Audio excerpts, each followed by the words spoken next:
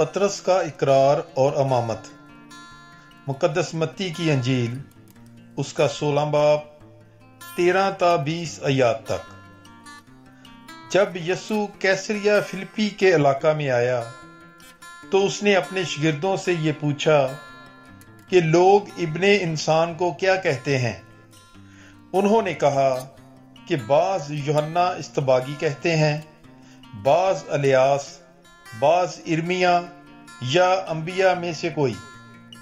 اس نے ان سے کہا، مگر تم مجھے کیا کہتے ہو؟ شمعون پطرس نے جواب میں کہا کہ تو المسیح ہے، زندہ خدا کا بیٹا۔ تو یسوع نے جواب میں اس سے کہا، مبارک ہے تو شمعون بریونا، کیونکہ یہ بات جسم اور خون نے نہیں بلکہ میرے باپ نے جو آسمان پر ہے تجھ پر ظاہر کی ہے۔ اور میں تجھ سے کہتا ہوں کہ تو کیفا ہے، اور میں اس کیفا پر اپنی کلیسیا بناؤں گا، اور عالم اسفل کے دروازے اس پر غالب نہ آئیں گے۔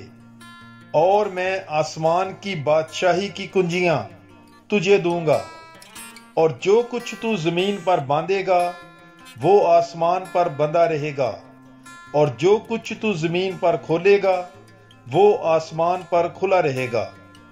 تب اس نے شاگردوں کو حکم دیا کہ کسی کو نہ بتانا کہ میں المسیح ہوں۔ پاک کلام کے پڑھے اور سنے جانے پر خداوند کی برکت ہو، خدا کا شکر ہو۔ God bless you.